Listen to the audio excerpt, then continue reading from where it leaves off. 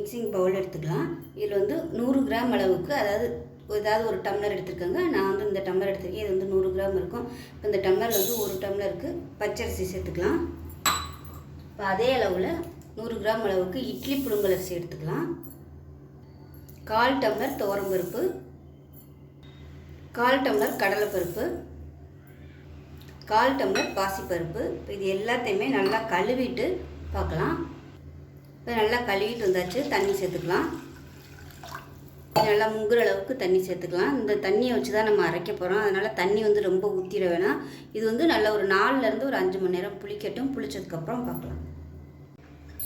இப்போ இது நல்லா ஊறிடுச்சு. இப்போ இந்த தண்ணியோடு சேர்த்து நம்ம அரைச்சி எடுத்துக்கலாம். இந்த தண்ணி வந்து புளிப்பு இருக்கும். புளிப்போடு சேர்த்து நம்ம அரைக்கும்போது தான் சீக்கிரமாக புளிப்பு ஏறும். அதனால் அந்த தண்ணியை ஊற்றி ரொம்ப நைஸாக அரைக்கிறாமல் கொஞ்சம் அப்படியே ரவை பதத்துக்கு இருக்கிற மாதிரி அரைச்சி எடுத்துக்கலாம்.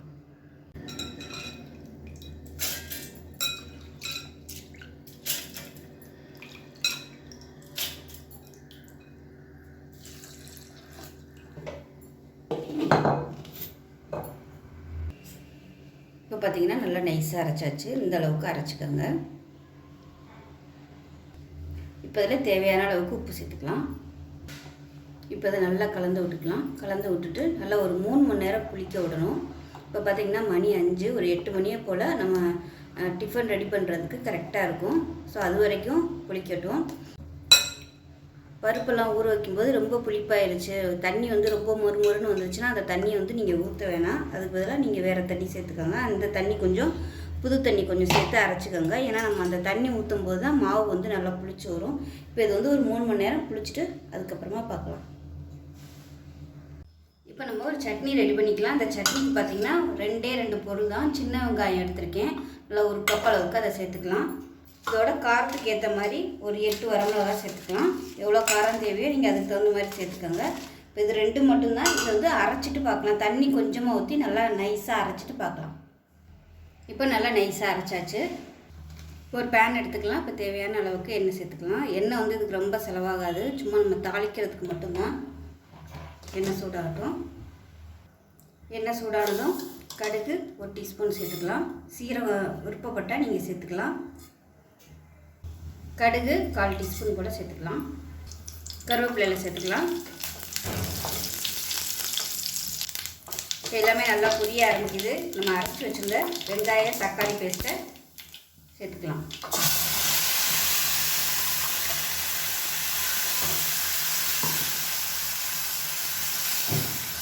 இப்போ மிக்ஸி அரைச்சிட்டு கொஞ்சமாக தண்ணி சேர்த்துக்கலாம். தேவைப்பட்டால் தண்ணி ஊற்றிக்கோங்க, ரொம்ப தண்ணியாக வேணாம். இது வந்து லைட்டாக கொதிக்கட்டும். இந்த சட்னி வந்து அந்த வெங்காயத்தோட பச்சை வாசனையோடு தான் இருக்கும். ரொம்பலாம் அந்த பச்சை வாசனை போகிற அளவுக்கு வதக்கக்கூடாது. லைட்டாக அந்த ஃப்ளேவரோடு இருந்தால் தான் நல்லாயிருக்கும் பணியாரத்துக்கு. இப்போ இதில் 1 டீஸ்பூன் போல் ஜீனி சேர்த்துக்கலாம். ஏன்னா அந்த வெங்காயத்தோட அந்த பச்சை மணம் இருக்கும்ல, அதுக்காக அந்த ஜீனி சேர்த்தோம்னா அது கொஞ்சம் லைட்டாக டேஸ்ட்டு மாறுறதுக்காக. இது விருப்பப்பட்டால் நீங்கள் சேர்த்துக்கோங்க, இல்லைன்னா வேணாம். உங்களுக்கு அந்த பச்சை வாசனையோடு சாப்பிட பிடிக்கணும், நீங்கள் அப்படியே விட்டுடலாம். இது வந்து லைட்டாக கொதிக்கட்டும்.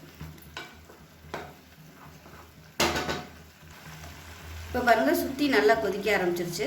இப்போ வந்து அமர்த்திடலாம். அவ்வளோதான், இதுக்கு மேலே கொதிக்க விடக்கூடாது. நான் அரைக்கையிலே உப்பு போட்டிருக்கேன். உப்பு பத்தலைன்னா சேர்த்துக்கலாம். இந்த ஸ்டேஜில் உப்பு கொஞ்சம் கம்மியாக இருக்குது, சேர்த்துக்கலாம். நான் வந்து முதல் கல் உப்பு தான் சேர்த்துருந்தேன். இப்போ நைஸ் உப்பு சேர்த்துருக்கேன். அமர்த்திடலாம். அவ்வளோதான். 2 பொருளில் டக்குன்னு ஒரு கார சட்னி ரெடி ஆயிடுச்சு. இப்போ நல்லா புளிப்பு ஏறிடுச்சு. இப்போ வந்து இதுக்கு ஒரு தாளிப்பு கொடுத்துக்கலாம். இப்போ தாளிக்கிற பேன் வச்சுக்கலாம். கொஞ்சமாக எண்ணெய் விட்டுக்கலாம். எண்ணெய் நல்லா சூடாகவும் 1 டீஸ்பூன் கடுகு, 1 டீஸ்பூன் உளுந்து சேர்த்துக்கலாம். கொஞ்சமாக ஜீரகம் சேர்த்துக்கலாம். ஃப்ளேவர் பிடிக்கும்னா சேர்த்துக்கோங்க, இல்லைன்னா விட்டுலாம். இப்போ அதில் கருவேப்பிலை சேர்த்துக்கலாம். ஒரு 3 பச்சை மிளகாயை பொடியாக கட் பண்ணி சேர்த்துக்கலாம். இதோட பொடியாக கட் பண்ண வெங்காயம் சேர்த்துக்கலாம். சின்ன வெங்காயமோ பெரிய வெங்காயமோ எதுனாலும் சேர்த்துக்கலாம். அதோட பொடியாக நறுக்குனா கொத்தமல்லி சேர்த்துக்கலாம். இப்போ இது எல்லாத்தையுமே நல்லா வதக்கி விட்டுக்கலாம். நான் வந்து சின்ன பேனாக எடுத்துட்டேன். நீங்கள் வந்து கொஞ்சம் பெரிய பேனாக எடுத்து நல்லா வதக்கி விட்டுக்கோங்க. இப்போ பார்த்திங்கன்னா வெங்காயம் நல்லா வதங்கிடுச்சு. இப்போ எடுத்து நம்ம அந்த மாவில் கொட்டிடலாம். அப்படியே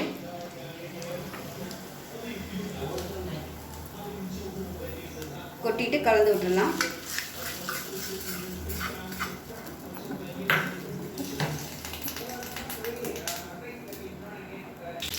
இப்போ பார்த்தீங்கன்னா பனியாரத்தில் வச்சாச்சு. எல்லா புளியிலையும் கொஞ்சம் கொஞ்சமாக எண்ணெய் விட்டுருக்கேன். இப்போ ஊற்றி எடுத்துடலாம்.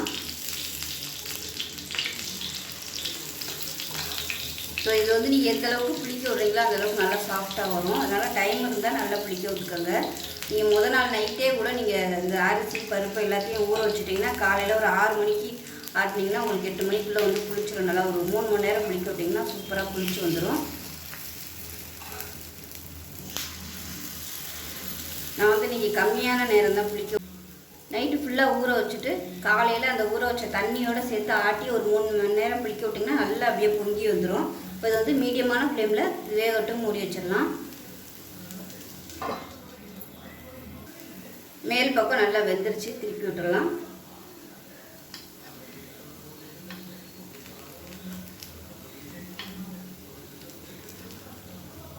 நல்லா சூப்பராக வந்துருச்சு. இப்போ பார்த்தீங்கன்னா எல்லா சைடும் நல்லா வெந்துருச்சு. எடுத்துடலாம். இப்போ இதே மாதிரியே மிச்சம் எல்லாத்தையும் ஊற்றி எடுத்துக்கலாம்.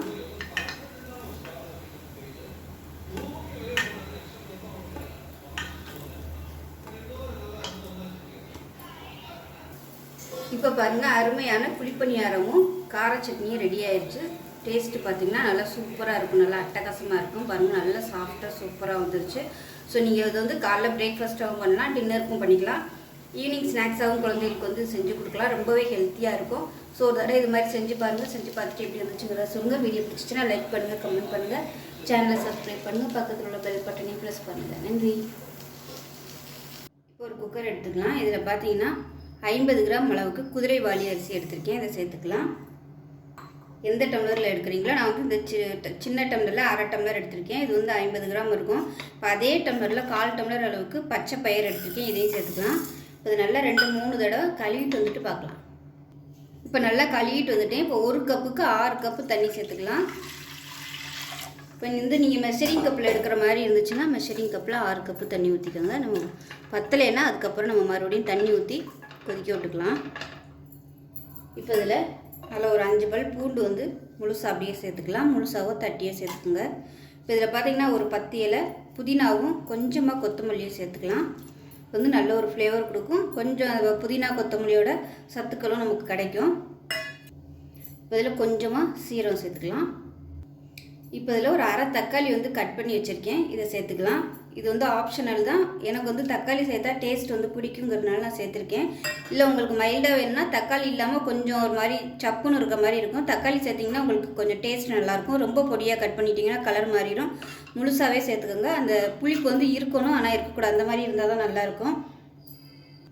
இப்போ அதுக்கு தேவையான உப்பு சேர்த்துக்கலாம். நான் வந்து ஒரு 2 பேர் சாப்பிட்ற மாதிரி செஞ்சுருக்கேன்.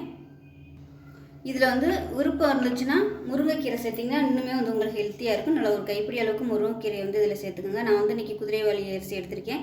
நீங்கள் எந்த அரிசியில் வேணாலும் செய்யலாம். நான் ஏற்கனவே வந்து சாமை அரிசியை வச்சு வெஜிடபிள் கஞ்சி வந்து போட்டிருக்கேன். நீங்கள் அந்த டைப்பில் கூட பண்ணலாம். பாசிப்பருப்பு கடலைப்பருப்பு போட்டு பண்ணுறதுனால பண்ணலாம். எல்லாமே வந்து உங்களுக்கு ப்ரோட்டீன் சத்தோடு ரொம்ப ஹெல்த்தியாக இருக்கும்.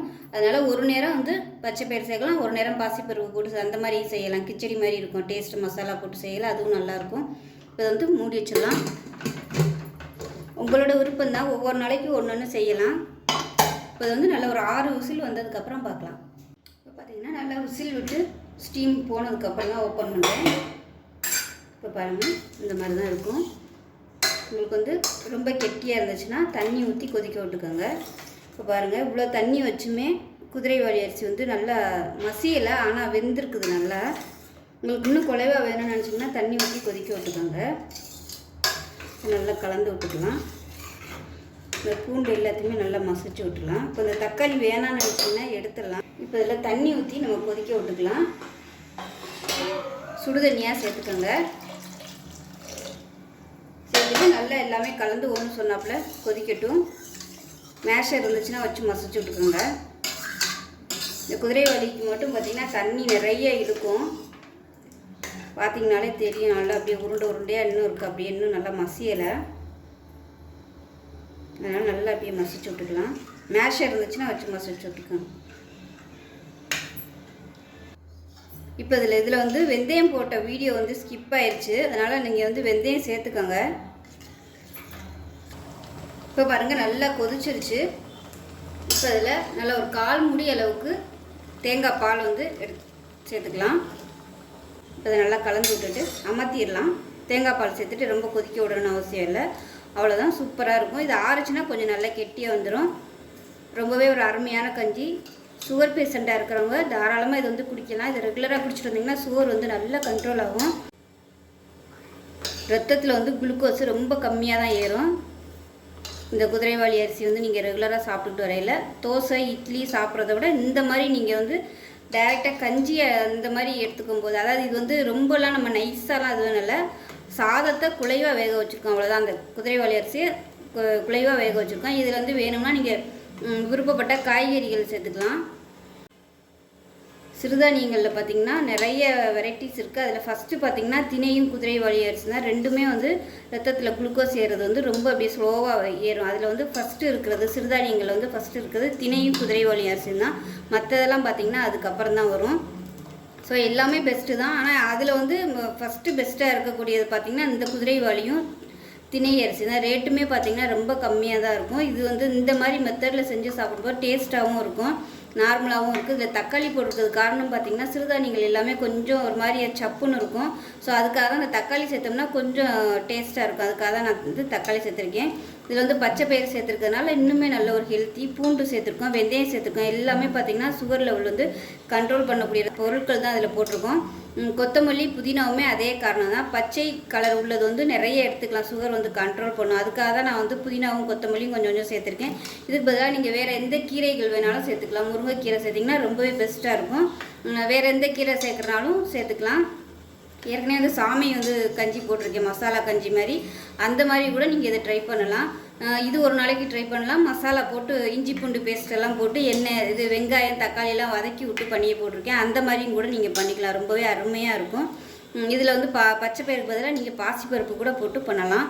ஒன்றுமே பார்த்தீங்கன்னா டேஸ்ட் நல்லா அட்டகாசமாக இருக்கும். ஸோ கண்டிப்பாக இது வந்து சுகர் இருக்கிறவங்க ட்ரை பண்ணி பாருங்கள், சுகர் இல்லாதவங்க ட்ரை பண்ணலாம். குதிரை அளவுக்கு நல்ல ஒரு ஸ்ட்ரென்த்து கொடுக்கும். அதுக்கு பேர் தான், அதனால தான் அதுக்கு வந்து குதிரை வலின்னு வச்சுருக்காங்க. உடம்பு வலி உடல் வலி மாதிரி இருக்கவங்க இந்த கஞ்சி ரெகுலராக சாப்பிட்டு வந்தீங்கன்னா உங்களுக்கு அந்த பிரச்சனையெல்லாம் இருக்காது.